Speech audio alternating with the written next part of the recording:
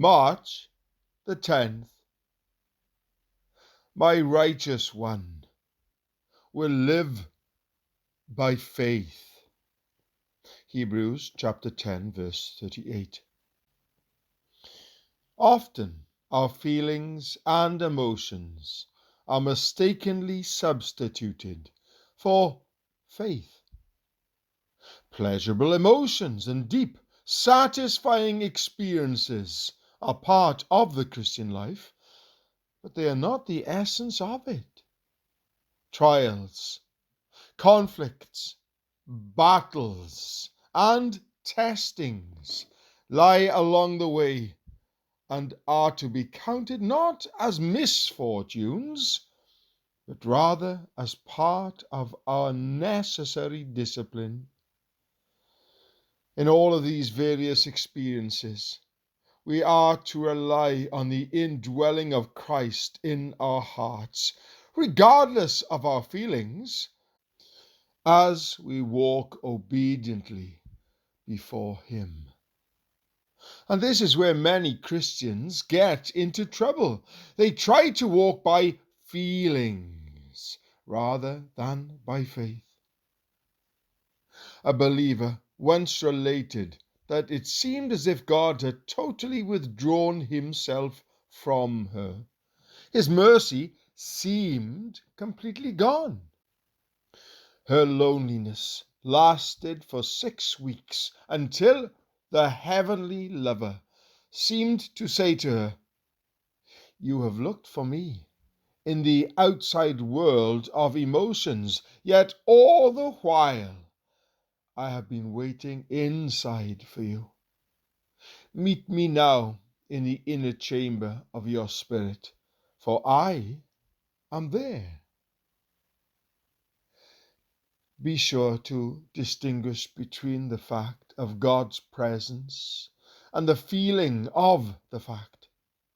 It is actually a wonderful thing when our souls feel lonely and deserted, as long as our faith can say, "I do not see you, Lord, nor do I feel your presence, but I know for certain you are graciously here, exactly where I am, and aware of my circumstances."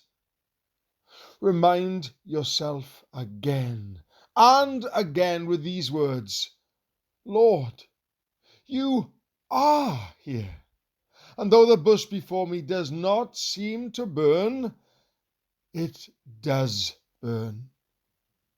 I will take the shoes from my feet, for the place where I am standing is holy ground." Exodus chapter 3, verse 5. London Christian. Trust God's word and His power more than you trust your own feelings and experiences. Remember, your rock is Christ, and it is the sea that ebbs and flows with the tides, not Him. Samuel Rutherford. Keep your eyes firmly fixed on the infinite greatness of Christ's finished work and His righteousness.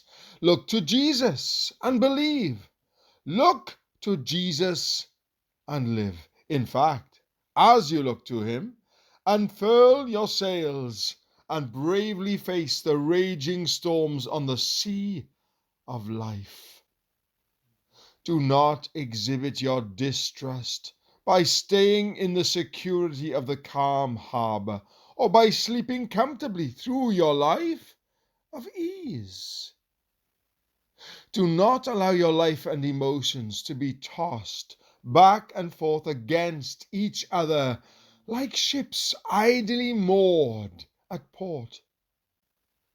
The Christian life is not one of listless brooding over our emotions or slowly drifting our keel of faith through shallow water, nor is it one of dragging our anchor of hope through the settling mud of the bay, as if we were afraid of encountering a healthy breeze. Sail away! Spread your sail toward the storm and trust in Him who rules the raging seas.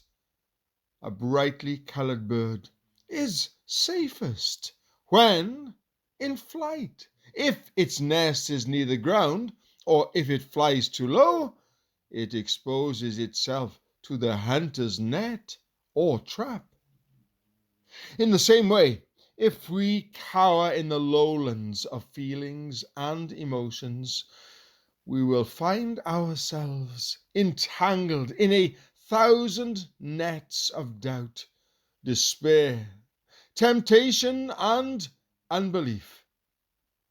How useless to spread a net in full view of all the birds. Proverbs chapter 1 verse 17. Put your hope in God. Psalm 42 verse 5. J.R. Macduff.